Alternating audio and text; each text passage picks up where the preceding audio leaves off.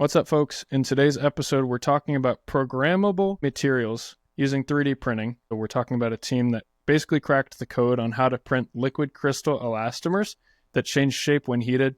They can be used like muscles for soft robotics, which is super awesome. Let's jump into it.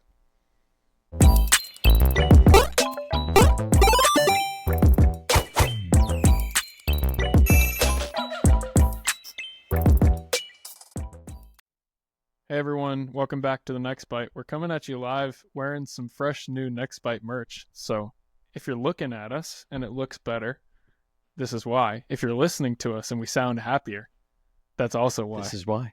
Yeah. But today's episode I'm pretty excited about. We're talking about 3D printing, but kind of in a unique sense. It's programming materials with properties, and in this case, learning to 3D print soft materials.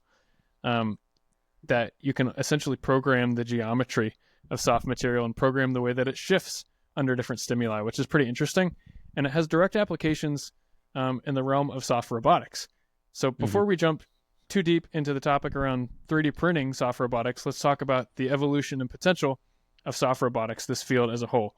So we're talking about an episode from today's sponsor, Mouser Electronics. They're one of the largest electronics distributors in the world. They are one of our favorite places to order components for a hobby project at home. They've also saved my tail at work a couple times, which is pretty interesting. But in addition to them being an awesome electronics distributor, they also have a ton of knowledge and a ton of relationships with folks who are working at the cutting edge, and they write awesome technical resources which can help you understand what's going on. What's the new next big thing in technology, which is kind of what we're trying to communicate to you guys as well. So that's why we partner so well. We've got a link in the show notes to an article that they wrote on the evolution and potential of soft robotics. It's kind of a technical primer on what the entire field of soft robotics looks like, what the potential opportunities for growth are, and what the key enablers are to make soft robotics basically come to fruition, to make it in the real world, which links really well to today's topic because we're talking about one of the ways that you can help make soft robotics real, right? One of the key enablers to making soft robotics actually effective in the real world. Yeah. And, this class of materials that we're talking about, liquid crystal elastomers, they're not really new either. They've been around for a while, right? Like materials that react to heat. I think we've even talked about it at some point over the last 2 years or so, right? But what's interesting here, these folks at Harvard, in collaboration with the Department of Energy, they're trying to bring it into 3D manufacturing or additive manufacturing, 3D printing.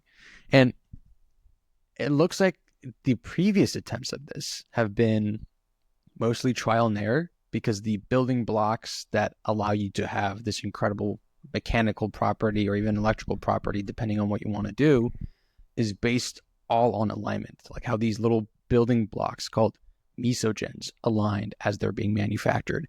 No one's really cracked it. Everyone's been just like, let's tune this, tune that, figure something out. We got what we want. Let's move on. So these folks took on the challenge of figuring out what's the fundamental science behind how it's coming out of the nozzle. And a little bit of background here on liquid crystals in general, right? So there was a generation of screen technology called LCDs. Probably the vast majority of folks listening to this either had at one point or may still have an LCD screen in their house. And the way that an LCD screen works is you've got a bunch of liquid crystals, right, or crystals suspended in liquid, and they're aligned perfectly when the screen is off. But as electricity is applied to each crystal, it changes the alignment of the crystal, modulating how much light is let through and in what color is let through. So each of these crystals essentially is like a pixel on the screen, and electricity is programmed to change the shape and the alignment of the pixels to give you a picture on your screen that you can see. When we're talking about liquid crystal elastomers, it's a very similar principle where you want to have a bunch of crystals suspended in a liquid that are aligned perfectly, and then you apply a stimulus to them, they change their alignment and they change their shape. In the elastomer realm, they're trying to basically 3D print the equivalent of muscles, right? So you align a bunch of these crystals in here, and then as you apply a stimulus that changes shape to either contract or relax. But the challenge here is to be able to use this to make soft robotics, artificial limbs, cool new types of clothing, et cetera, right? The applications are something that we can talk about later.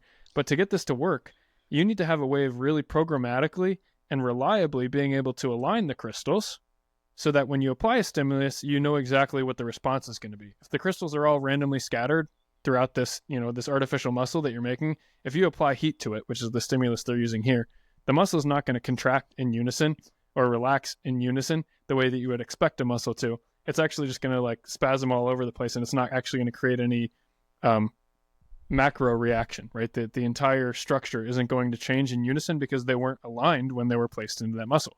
So I think in this case, they're not necessarily using 3D printing because they think it's cool or because they want to. They're using 3D printing because they found 3D printing as a way that they can actually reliably align the shape and alignment of the crystals when they deposit them. And then that unlocks the use of these liquid crystal elastomers as an actuator type thing for soft robotics. It's not just that they're using 3D printing because it's a buzzword and it's cool and they want to create an article that gets a bunch of clicks, right? They're using 3D printing because this is probably the only way at scale to deposit these crystals in a way that's predictable, that's repeatable, and that when you apply a known stimulus, you get a known response. Yeah. And for the purpose that they were shooting for here, which is, actuation and contraction in response to heat, the ideal alignment is for all of these LCEs to be pretty much parallel to each other. Mm-hmm. That's like the most desirable output. And, like you're saying, they chose the 3D printing approach because that allows a lot of control over how these structures are going to come out. And they had this hypothesis that some configuration of the nozzle's geometry where the ink is coming out or the filament is coming out and control over temperature and speed would result in them being able to tune these properties. And what they came up with was kind of two different types of filaments. One where the walls are in full alignment and the core is scattered, and the other one is, uniform throughout. What I thought was interesting is, they had this hypothesis. They did the experiment to kind of prove that through changing some of these properties, they were able to modify the alignment. And then they took that to the Department of Energy. That's where the folks at the Brookhaven National Lab come in. And then they set up an X-ray machine with the printer itself to understand what's going on at the nozzle level. That's the part of the article that really got me excited. I don't know about you. No, I'm with you, man. Like, obviously, the title of the article is pretty cool, which is Encoding Properties in Material Using 3D Printing. That's awesome, right? Basically, being able to program things in 3D space as opposed to just programming things on a computer, which is awesome. Yeah. But my favorite part was looking at their visualization. They used an X-ray microbeam during printing, not after, to analyze what the material looked like. They were able to use an X-ray microbeam during printing to locally measure the way that all these liquid crystals were aligned and then what direction they were in.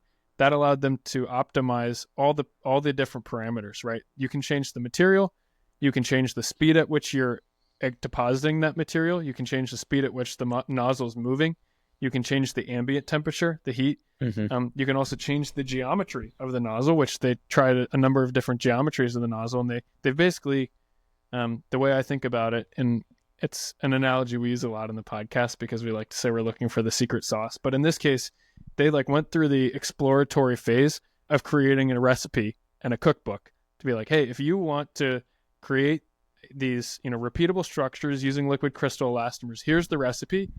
Here's what temperature you need to set the oven to. Here's how long you need to bake it. Here's how exactly you need to mix it. Like they created a recipe similar to baking a cake, but in this case for making like soft robotic actuators using liquid crystal elastomers. I think you hit the nail right on the head there. It's obviously cool that they came up with their own filaments that matched, the properties that they were looking for. But the real impact here is, again, that fundamental understanding of how these different aspects of the manufacturing process, whether it's the nozzle geometry, the flow speed, the temperature, impacts the properties of the end product. So like what you're getting is if you want to design for this, then tune this. And they said in the article, it opens up the avenue for creating all sorts of program materials within this material family. And then, earlier you were talking about applications. You named out a couple, but, imagine the kind of impact this can have outside of robotics within, the medical realm, or even like, selfishly on the consumer side, consumer plastic goods that can self-heal when heat is applied. That's, or shoes. I love shoes that can conform to your feet when a certain amount of heat is applied. The opportunities are pretty exciting. Yeah, exactly. And I think one thing that's awesome here is they said a lot of the previous research, even from their group, has been focused on tuning the material properties of like the filament, right? Of the mix of liquid crystals and all the other additives that go into the 3D printer. A lot of research has been focused on material choice to make sure that these things work properly. They found that basically by changing the printer nozzle shape and the printer parameters, they were able to get as much or more improvement in performance as changing material choice. So they're basically saying, it's not just what ingredients you put in the cake, it's also how you cook it that matter a lot on the final product, which I think is intuitive and it makes sense, but there's not always as much focus. I think it's maybe not always as shiny or as sexy to be like, hey, I found the exact printing parameters to do this, to make it work effectively. A lot of people want to be at the forefront of like unlocking a new material, right? That sounds a lot more buzzy than being like, oh, I helped industrialize it. But in this case, it matters a ton toward the actual outcome, is being like, hey, I take your cool materials and I raise you by finding the actual production method that makes it work. I totally agree with you. And I'll add one more thing. I think they called this out in the article, but within the 3D printing community, they were like, look, the type of nozzle you use is pretty much an afterthought. Like there might be like 2 or 3 options that we all pick from, but we don't really give it a second thought. This is a good reminder that when you're facing a challenge within the material realm and, FDM printing, first principles thinking could actually be pretty helpful. Like analyzing every bit of this process and being like, okay, what could actually impact the end result here? And, the geometry of the nozzle ended up being one that most people were kind of brushing aside. Yeah, and I think one of the interesting things to mention there specifically to the nozzle was the standard, I would say, for nozzles. And when we're talking about nozzles, think about like the tip in a piping bag, to go back to our cake analogy, like the tip in a piping bag. You're loving this cake analogy. I don't know. You've just been going back to it. Are you craving cake? I'm baking it up today. I don't know why. Oh my gosh. But this guy's punny today. Think about like the nozzle or the tip on a piping bag. Typically, a lot of those are just tapered, right? They look like a cone. And that's also similarly the standard assumption in 3D printing is you've got a tapered nozzle that helps take a wide flow of material and condense it to a very, very controlled size bead that you're able to deposit. And that's the end of that, the narrow end of the cone, is where the material actually comes out and is deposited onto the build platform. But they said when you're trying to align these crystals inside the nozzle before they get deposited onto the build platform, the tapered, the narrowing, just like a normal cone, isn't actually the best geometry. Through their tests with the X-ray, shooting an X-ray through the nozzle while they were printing to see what the liquid crystal alignment looks like, they're actually able to find that hyperbolic. So using two curves as opposed to a straight line as a part of the narrowed part of the cone actually helped improve the alignment of the molecules, not just on the outside, but also all the way throughout the deposited filament, which is pretty interesting for me to think, obviously in terms of liquid crystal elastomers. But I also think about folks that are trying to do 3D printing with other types of additives. There's a lot of people, 3D printed plastics are awesome, but you can make plastics even stronger with additives. That's the vast majority of how plastics are actually used in the real world, is they're filled with glass or they're filled with other types of additives. Some of them are filled with carbon fiber to make them stronger. But specifically carbon fiber is a lot stronger, and also glass fibers are a lot stronger when you can predictably tune the alignment. It'd be awesome to see if people can use this narrowing versus hyperbolic nozzle shape approach to be able to tune the alignment of other additives inside 3D printed filament, not just liquid crystal elastomers. Shout out to Dr. Eric Knudsen from our materials class. This just brought me back to sophomore year of college when we were going over the orientation of additives in a composite material. And you're right, like you look at the value of carbon composites right now within the high-end hypercar world. You love F1. It's all over F1 because of how lightweight and strong it is. You look at aerospace, Boeing's and Airbus planes went from being 80 to 90% aluminum to being only 10 to 20% aluminum because composites took over. You're absolutely right. The value of additives here is huge. Interesting sidebar on the use of aluminum versus composites in aerospace. Uh-huh. Have you been following with our friend of the Boom. podcast? Not Boom, Ed Mayer, Machina Labs. Oh yes, they've been leveraging their technology for composite molds, right? No. Even better.